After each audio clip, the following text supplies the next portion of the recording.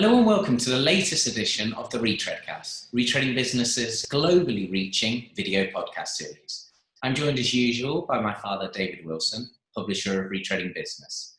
So David, tell me today, what have we got planned for our show?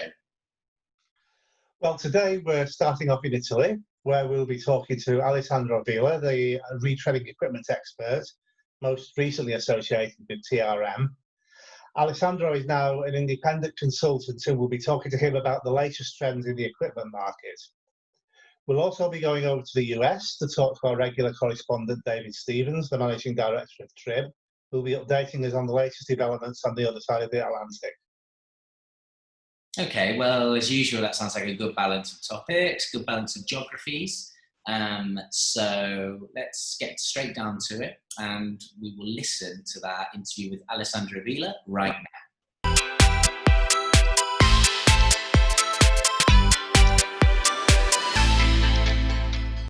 This week on the Retreadcast, we're focusing on the market for retreading equipment, and with that in mind, we're very happy to be able to talk to Alessandro Villa, who has many years' experience as a retreading machinery expert, most recently with TRM.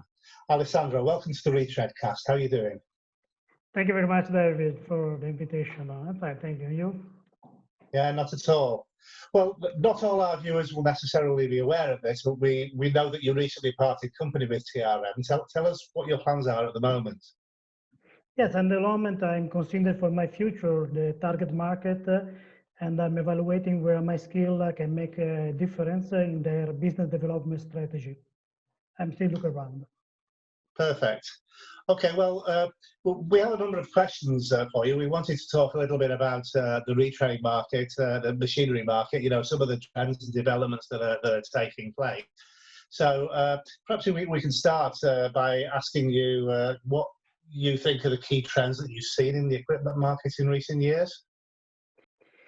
Yes, I spent my last 5 years in the retreading market. I saw in the last year one process that I call aggregation, where the tire manufacturers started to be strongly involved in the business, especially in Europe, and follow with the model that we have already seen in US. Also in Europe, they started to buy and to make acquisition of the main retreaders. This is a process that I suppose is going ahead also because now the retreading is part of the value chain of the tires product. And the other part that we have seen, the other effect is the increasing complexity. 5 years ago, or we can go also already more back 10 years ago, in the retreader they have a very small amount of product to retread.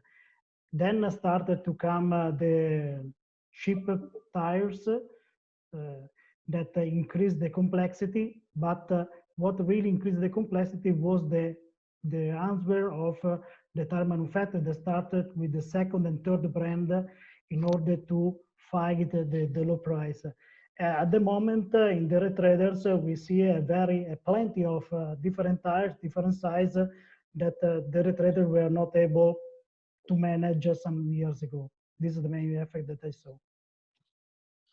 Okay, so equipment is very important for retreaders, obviously. So what are the key areas that retreaders are currently focusing on, and how can choosing the right equipment help in that process, do you think?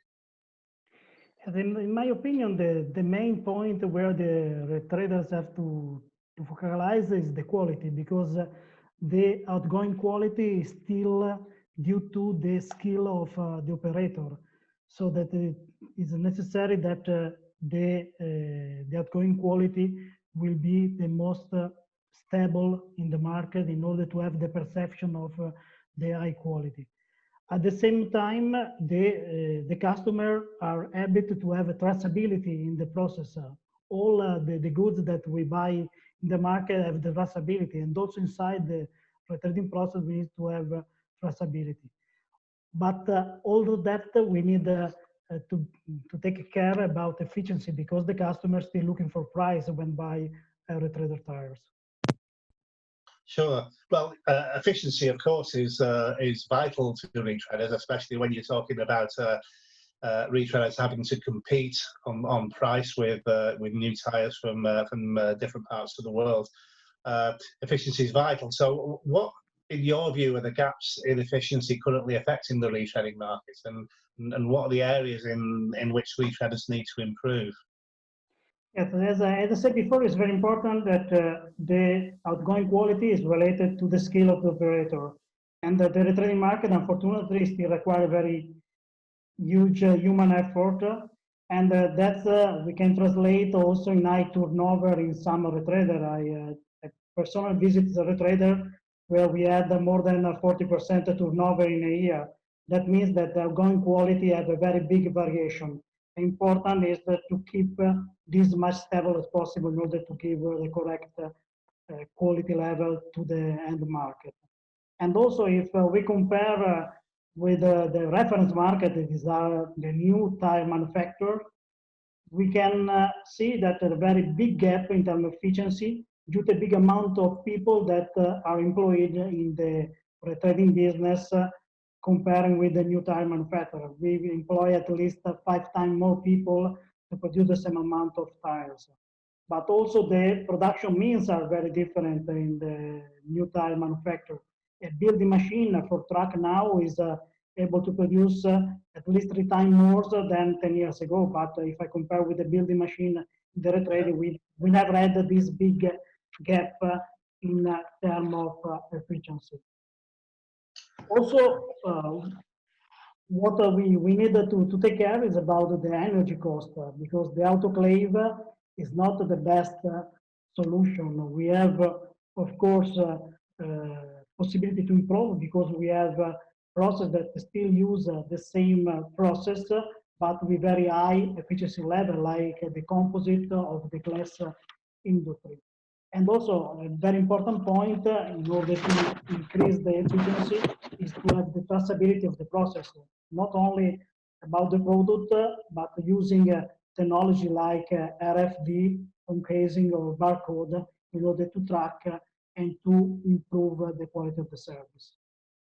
Sure, yeah. You talk about technology and the ways in which retreaders can improve their processes using technology. Can you give us some more information on specific ways in which retreaders can help make themselves more efficient by the sensible use of technology? Yes, it's normal for me to use as benchmark for some machine in the retreading business, the machine tools. If you look now a lathe that is normally used in the shop floor is more in line with the spec sheet than a machine that we are able to know some years ago. And we don't have such device in line with the state of the art in the retreading. Of course, we have one HMI, human machine interface, that is very simple for the operator to be used. Doesn't need so much training. It's completely linked with the MRP and the mobile system, so you can access from remote to the machine.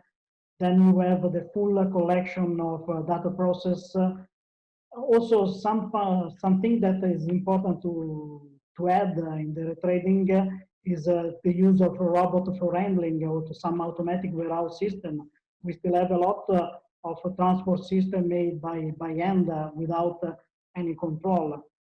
And one thing is the monorail. Monorail is very cheap, but it's not the best solution to have a continuous flow in the plant. The bigger traders started to install some roll conveyor device in order to guarantee a complete flow inside the plant.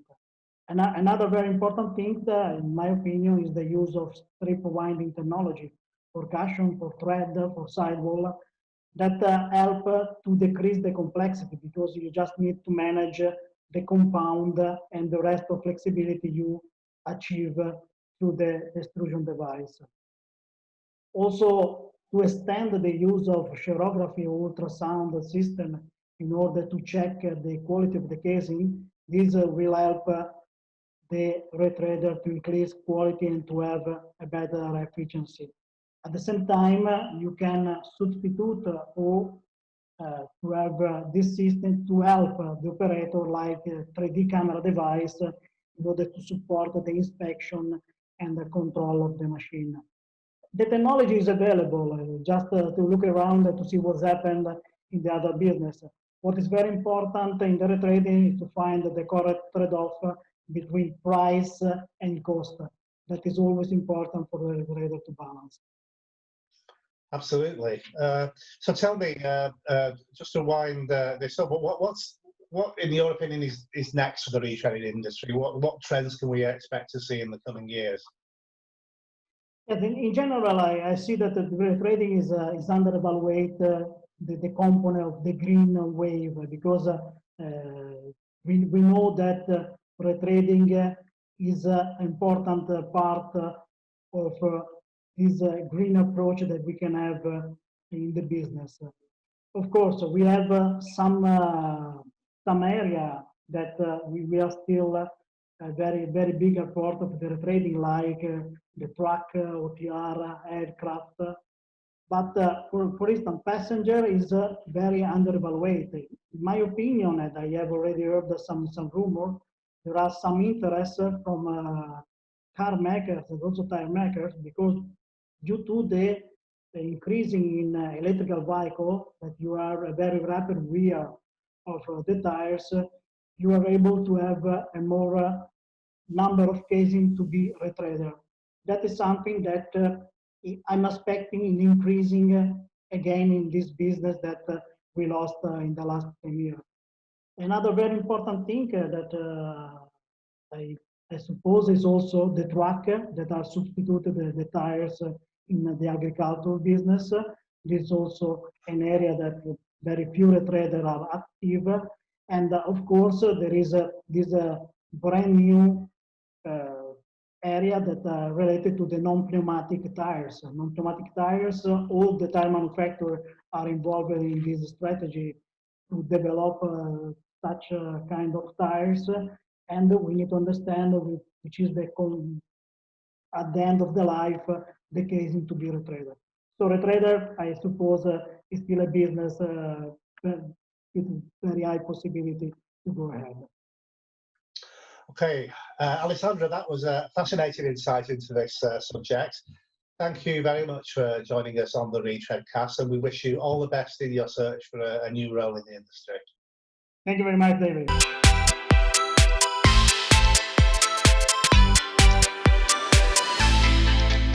And that's it for our interview with Alessandro Villa. We hope you enjoyed that.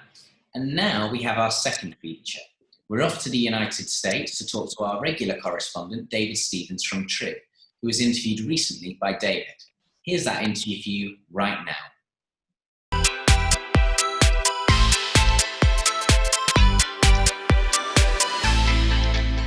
Today, we're delighted to welcome back the Managing Director of TRIB, David Stevens, to the Retreadcast, for the latest in what will be a regular series of updates from the North American market.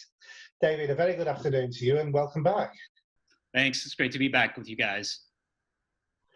Excellent. So it's only been a few weeks since we spoke to you last, but things are moving so fast in the environment in which we currently find ourselves. It's difficult to keep track of the latest developments in the market at times. So tell me, what's the latest news from the US? Well, I think the last time we talked, there still remained a lot of uncertainty from a lot of retraders still trying to figure out the overall impacts to their business, adjusting to the new realities of coronavirus. And I think, in conversations I've had with some of our members over the last couple of weeks, they've started to see, have a better understanding of how their businesses are being impacted, settling into some of those changes of new ways of doing business, and in some cases, not seeing as dire an impact as they initially predicted. I think many retraders, if you look in the aggregate over the US, are down anywhere between 5 and 10% compared to a similar time frame for 2019.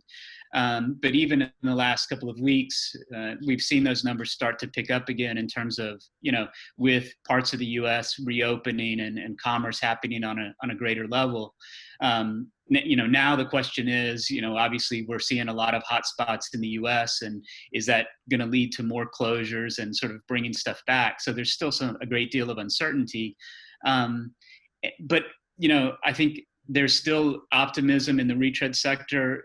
Things weren't as bad as they predicted, and it's still very regional and fleet specific. So if you're operating in one of those, COVID hotspots where things are shut down and there's strict stay-at-home orders, it's obviously impacting you a lot more than places that have opened up and commerce is flowing again. And again, it's very fleet specific. So those waste haulers obviously are still taking a lot of waste, but buses, the entire bus industry has really been hurt. But from a consumer's perspective, if those people aren't going out to the stores, they're having more and more products delivered to them, and those vehicles that need to deliver those products need a lot of tires. So I think that there's still some cautious optimism, depending on what happens within the U.S. in terms of coronavirus through the rest of the year. People are. It looks like we'll be down year over year for the full year, but there's a lot of a feeling that things are starting to claw their way back, and hopefully they'll stay clawed back as we move through the end of the year. I think one of the things that has helped a lot of the retreaders here in the U.S.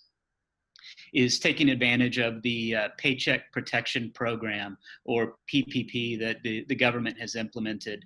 And the idea is that it was a series of low-interest loans given to companies that had 500 or fewer employees.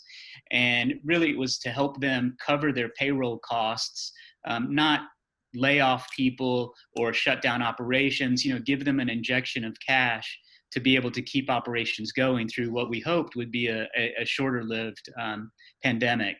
And at Trib, we did a lot of information and education for our members about the PPP program, how to apply for it, what metrics you needed, and we really encouraged our members to take advantage of it. And the Small Business Administration has released some statistics, and so we know that in the U.S., almost 200 retreaders took advantage of the PPP program here in the U.S.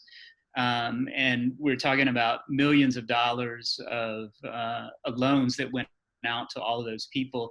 I think the total number was somewhere between $140 million and $246 million that went to that group of 200 retreaders, depending on their size and needs.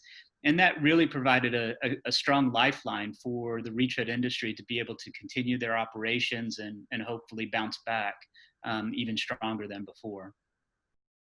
Excellent. That sounds like a good impetus to move the industry forward and to help it get over what a difficult time is. It seems like the whole market is very much a moving feast, isn't it?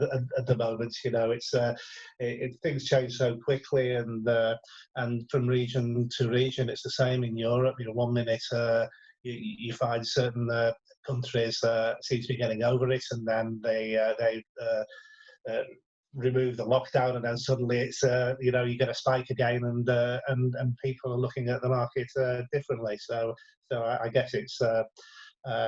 I guess we won't really find out what will happen for quite a while to come. Yeah. So tell me, what else is on the cards for Trib at the moment? Well, I mean, I think the things that we're trying to do is stay on top of a lot of information for our members and make sure that we get that to them to help them with their businesses. We also, we have a really strong partnership and relationship with the TRMG group, which is the Tread Rubber and Repair Materials Manufacturing Group. And they are known for creating their industry recommended practices across a number of different tire repair, retreading, recommended practices to deliver a quality product. And all of those recommended practices are available through Trib's website. And just this week, they announced that they've created a new buff texture sheet. Many of your viewers and readers might be familiar with what was called the RMA buff texture sheet. So I remember it well, yeah. so the TRMG group has updated that buff texture sheet and are manufacturing it through one of their members, Tech International, here in the US. They've updated all of their recommended practices documents to reflect that new sheet, and that sheet is available for purchase through the Trib store.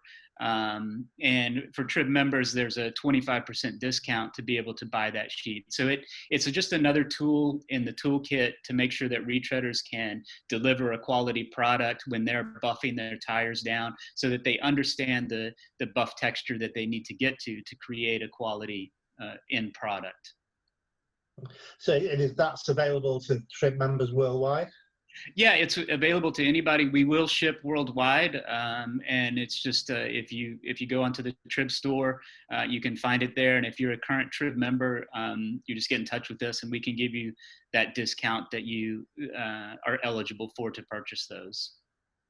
Well, I'm sure there'll be a big demand for that. I remember when I was with the RMA, we used to get inquiries about the buffing texture sheet time and time again. So I think that will be a useful addition to for many retreaders. Yeah. So thanks very much, David, for the update. And I'm sure we'll talk to you again in 2 or 3 weeks' time. And we look forward to welcoming you back to the Retreadcast. Thanks. I look forward to joining you guys again, and hopefully we'll have more good news for the retread industry here in the US. Thanks a lot.